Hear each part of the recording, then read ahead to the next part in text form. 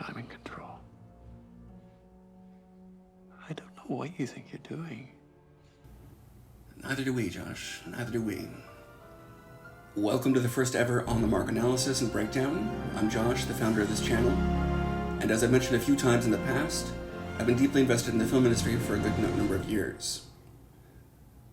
Lately, I've been feeling a bit let down by what the industry is bringing me, so I just wanted to start exploring where some projects have gone wrong, and hopefully suggesting ways that it might have been able to avoid the pitfalls. First up is Trap, the 16th film by M. Night Shyamalan, if you can believe that. I didn't go in with that much information. I knew M. Night, of course, through The Sixth Sense, I see dead people. Unbreakable, Know one thing. 131 people died so you could finally understand the destiny for which you were born. and The Spectacular Split. I've never seen a case like this before. 23 identities live in Kevin's body. Did something happen? I knew he was always looking for the third act twists, and while I do love a lot of his work, I also know he was responsible for The Happening, where the trees are trying to kill Marky Mark, the first live-action version of The Last Airbender, which many people list as one of the worst films ever made. He is the last of his kind. And After Earth, The Atrocity with Will and Jaden Smith. Trap also marks one of the first times I've seen Josh Hartnett in a starring role since the early 2000s, and I'm thrilled to see it.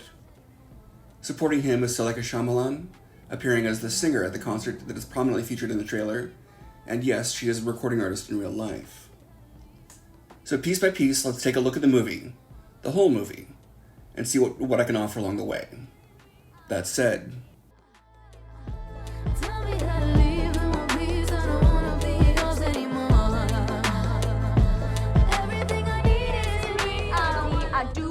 right, don't go, Dad.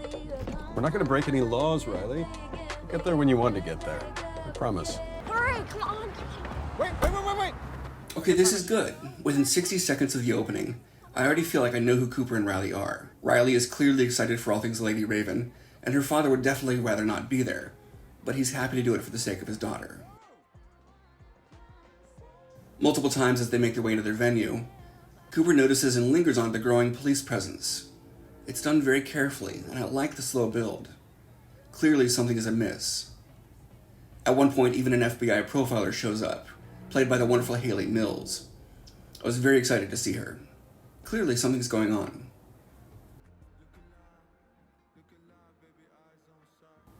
Along the way, they establish that Riley has been facing a difficult situation with one of her friends. They aren't mean anymore. They just don't include me. They keep posting stuff together.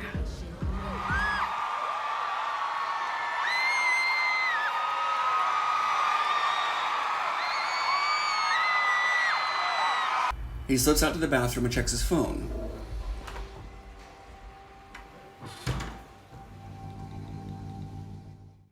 Only to reveal a terrified man, bound and chained in a basement somewhere. But clearly Cooper is not a good guy. Cooper briefly faces off with Jodie's mother. All in all, there's a lot of setup and foreshadowing going on. We can only hope that everything that is being set up will be paid off. Later, during a song break, Cooper and Riley go out to a merch stand and Cooper sees an opening. Cooper. He takes the vendor aside Jane. and asks, Hey, what's with all the police trucks outside? the vendor reveals all. I'm not supposed to tell him. I won't. You know the butcher? Yeah. Well, the feds or whatever heard that he's gonna be here today. This whole concert? It's a trap. It's a trap! The cinematography here is nothing short of brilliant. It's all played straight into camera, and it feels super confrontational, but incredibly awkward. And in this moment, we now firmly believe what the trailers told us. Cooper is the butcher. It's kind of dope, right? Yeah. Yeah. It's down here. I'm kind of craving. From here, there's a growing sense of urgency in Cooper as he begins looking for a way out. At one point, knocking a drunk attendee down a flight of stairs in front of a crowd of passersby, and somehow no one seems to see it, but let's ignore that.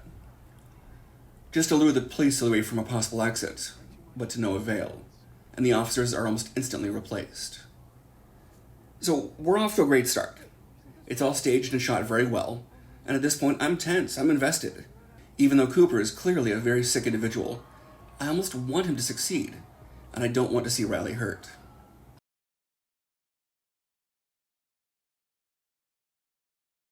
While chatting with the t-shirt vendor, Cooper both mentions, What do you do, Cooper? Fire department. Oh, shit. and acquired a keycard to get through the security let me help doors.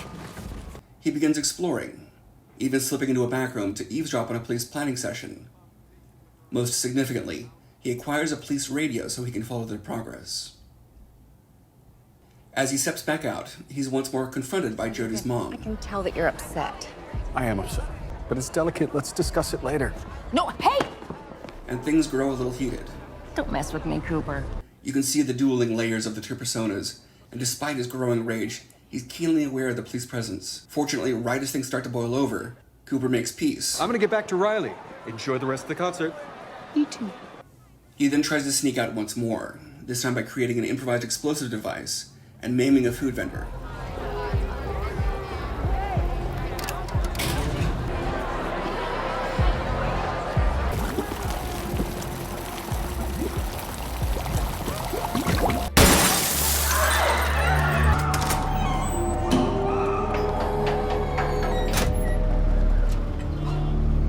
But again finds himself blocked. What the hell are you doing out here? He returns to find an upset Something Riley. wrong?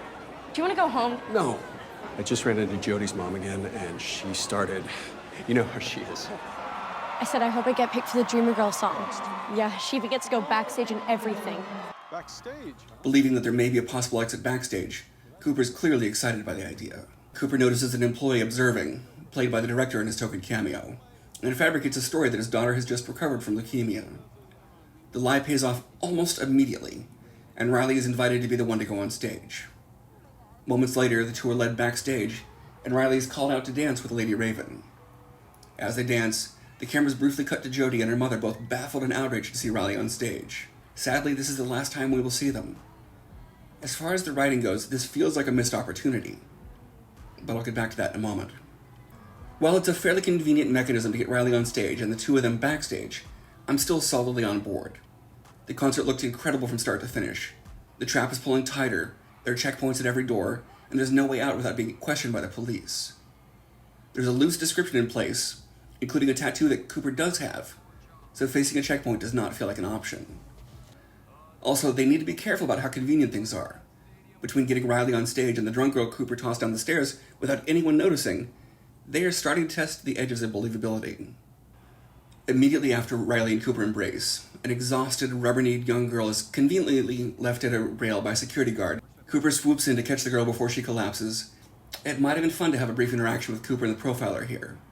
It feels like another missed opportunity. The profiler insists over the radio. We will stop every male in attendance at this concert. It's a pain in the butt, but we've all got to do it. Only Lady Raven and her very close group are excluded. Josh looks cornered, and you can see the wheels spinning as he desperately tries to concoct the next steps in his plan. Finally, Lady Raven appears, and Cooper asks to speak to her in private. Lady Raven should have come sweeping through the hall, surrounded by 20 or so random people, including a bodyguard. After all, she's about to admit she knew about the trap, and there's no way she wouldn't be guarded. She should have said a quick hello, and then exited the movie. The problem here is that we have no real connection to her. She's been on stage and performed well, but narratively, we have no idea who she is. Imagine if Cooper used the mother and the girls as cover. A lot of what is about to happen could still happen, but replace Lady Raven with the mother. Let's take a look. Anyway, once Lady Raven and Cooper are on their own... Are you serious right now, bro? And Cooper just straight up comes out and says it. I think you're looking for me. So, no third act twist. But yeah, he completely reveals himself, even showing his captive on video. You caught me, I admit it. But you can save him.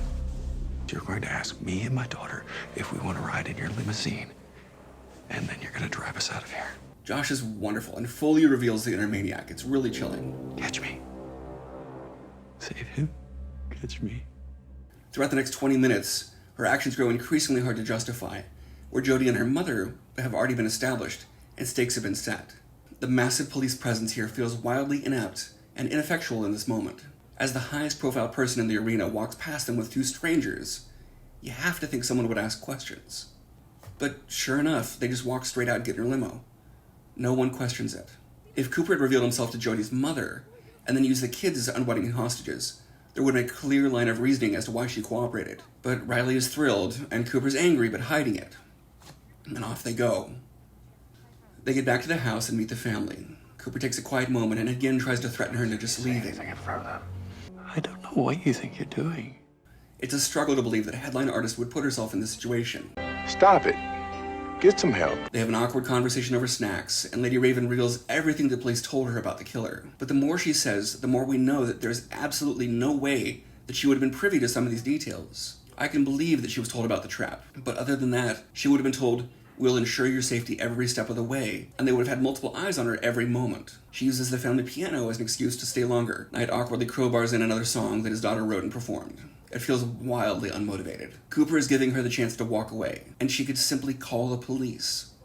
But she further insinuates herself into the situation. During the song, Cooper uses the visual of his phone as a threat as he pretends to film her, so his family doesn't notice. As the song ends, Lady Raven suggests a selfie, but in the excitement of the moment, snatches Cooper's. This next sequence becomes the first example of the film's awkward timing. Give me my phone. Dad, why are you so upset?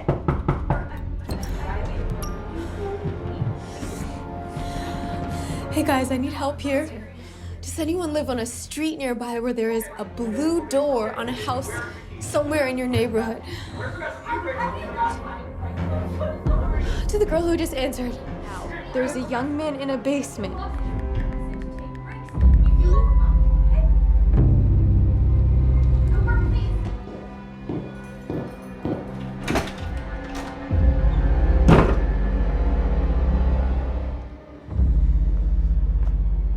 May I have my phone?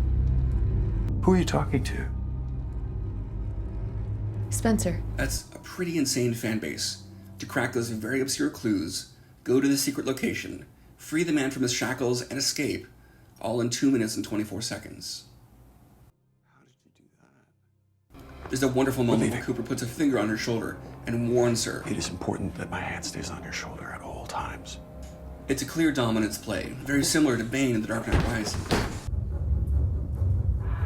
Believers, No, you stay here. I'm in charge. do you feel in charge?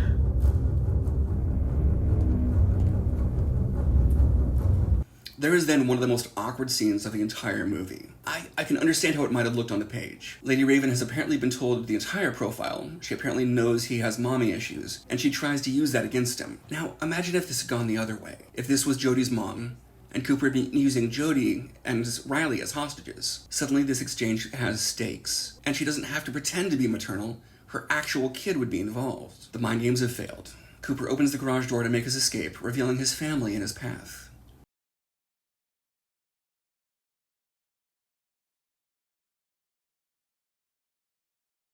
Stuck, Cooper slowly backs into the garage and closes it. Sirens wail in the distance. The massive police presence quickly surrounds the house. All the while, Cooper casually cleans up traces of his earlier outburst, and then calmly moves some stuff out of a closet to reveal a hidden passage. This feels like a stretch. Get the family and non-personnel out of here, please. Thank you for standing by, sir. I'm gonna drive around out of here. Yes, sir. The driver just lets this random person take Lady Raven without a word. It's Cooper, because of course it is. Anyway, once clear of the police presence, he lunges in and handcuffs Lady Raven to a flimsy piece of decorative pole. He turns a random corner and is conveniently stopped by traffic in front of a crowded sidewalk. Lady Raven manages to stretch out and roll a window down, and even though Cooper is a skilled firefighter and a meticulous serial killer that has dropped 12 bodies and not left any clues behind, he lets it happen. The limousine is quickly surrounded. Lady Raven continues to yank against the left side of the bar, which somehow makes the right side pop free. Come on, I shouldn't have to explain this. She simply opened the door and stepped out into the crowd. Less than 60 seconds from Lady Raven asking random strangers to call the police, the entire battalion is here. They do, however, clear the civilians back a bit, and then shoot out the tires. Has no one heard of stop sticks? The most effective way to stop it? This is a typical stop stick. A device called stop sticks. Inside this triangular box are hollow spikes that flatten the tires of anyone who runs over it. They give a single command for Cooper to get out, and then despite being in a full circle around the car, effectively aiming at each other, they open fire on the vehicle. As shots ring out, Cooper's revealed in the crowd of civilians, somehow having changed his clothes once more, and slipped out despite the dozens of civilians filming the entire scene on their cell phones. Finally, a SWAT team member approaches the fully broken out window. The SWAT officer could obviously see in, but he had to fully approach before must have been with the crowd when we pulled him away from the limo. Check all the stores, do not let the crowd leave. Lady Raven is then taken to Cooper's escaped captive, and the young girl that apparently found him. Why Lady Raven is given access to a crime scene, or the escaped captive, isn't explained. From the moment Lady Raven left the venue, it's been getting harder and harder to believe. Where was her security? Where was her entourage? Concert tours can cost hundreds of thousands or even millions of dollars to set up. Even that aside, things just happen too fast. The fan rescue of the captive, the police constantly being seconds away. For what began as an extremely grounded and logically progressing story, it wound to the point that Cooper became something nearly supernatural. He was pulling things off in an impossible amount of time, and I was straining to suspend my disbelief further and further. But in the end, I just couldn't get there. No. I don't believe it. And once you can't believe one moment, the whole house of cards just starts tumbling down. For some reason, Cooper's wife has decided to return home. Pretty easy to tell Cooper is about to appear. And there he is. Cooper has realized it's possible his wife was the source of all of this. He comes back to confront her. What was it about it that didn't feel right, Rachel? The smell of cleaning fluid on your clothes. Nothing I could have done about that, I'm afraid. I saw you make up a lie once to our neighbor about why we couldn't come to his party. Why is he getting naked? You lied so convincingly. This lie. Why didn't we see that? No one would ever know you were lying. It easily could have been a scene at the start of the movie. It gave me chills. You followed me one day. If I'm guessing correctly, you went back on your own. I had a receipt from your wallet, and I left it there. And then I found a payphone and called the police to say that it might be the butcher. So the whole reason the trap was set was because of his tore wife. it so it would look like a mistake. But again, this all feels like something we should have seen. I mean, they could have done a flashback. Maybe I was wrong. Maybe they would prove that. And I do love this moment. Everything is working. Josh continues his incredible performance. The gaffer has set the lights so that Josh has just the faintest edge light reflecting his completed descent into the darkness. Josh is still topless, though. All right, put your greasy tits away, you preening slut. But that's fine, I guess. Fine indeed. We're just gonna end in the average way. Headline of murder-suicide.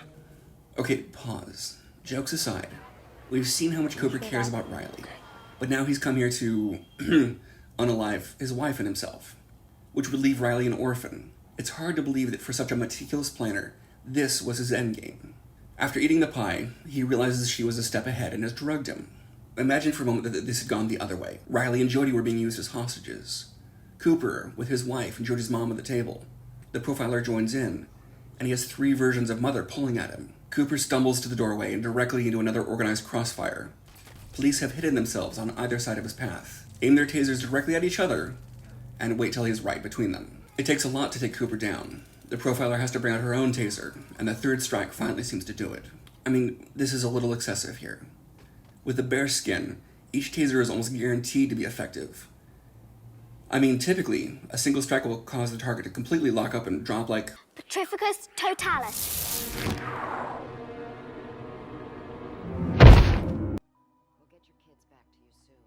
In the background, Cooper lies uncuffed and unrestrained on the floor, surrounded by cops, and no one tries to take him to custody. This is a pretty big error. Please give me a second. And the answer is no. Shoot him! He would not have been given a second. I mean, if a DUI gets out of hand, if a shoplifter gets aggressive, handcuffs, backseat, now. They are surrounding him, but look at where the weapons are aimed. This is what, the 3rd time? Are you stupid or something? And how much you want to bet they get to hug one last time? If he's a crazed serial killer that moments ago was about to kill his wife, you just don't know. But let her go. And the profiler actually instructed the cop to let it happen. At last, Cooper is dragged into the transport, but revealed he did indeed steal a spoke from the bicycle and uses it to unlock his cuffs. He seems quite pleased, even though he is still inside of an armored car, on the way to a holding cell inside of a secured building completely occupied by other police officers. I think it comes down to three big things. For one, swap Jodie's mother for Lady Raven in the second half of the film. Zuleika was wonderful on stage, and Jodie and her mother were well established in the first act. Forcing Lady Raven to take the lead is like building a house with no foundation. For two, hire a consultant and then listen to them. I can understand making things a little more Hollywood, but some of the procedures were just outrageous. For three, spend more time considering how things will cut together. On the page, one script page should roughly equal 1 minute of screen time, so you can actually start thinking about it before a single frame is shot. Visualize the edit in advance, so when you're shooting, you know that you're getting the coverage you'll need. Then spend time with your editor. There were multiple scenes that played out in real time, and the action that was completed strained credulity. I mean, it's all a shame too. This project started off incredibly strong, but you need to maintain a level that can be believed within the world you're creating. He's done it before too. I mean, I believed the ghosts in The Sixth Sense. James McAvoy gave a masterclass in acting in Split. Between his performance and the incredible writing, I still rewatch that movie with friends. But anyway, what did you think? Did you see Trap? Do you think our changes would have helped? What would you have changed? Let us know in the comments below. And if you like this video, please like it. It really does help. And if there are any other movies you'd like me to take a closer look at, let me know in the comments. Until next time, I'm Josh, and I'll see you at the movies.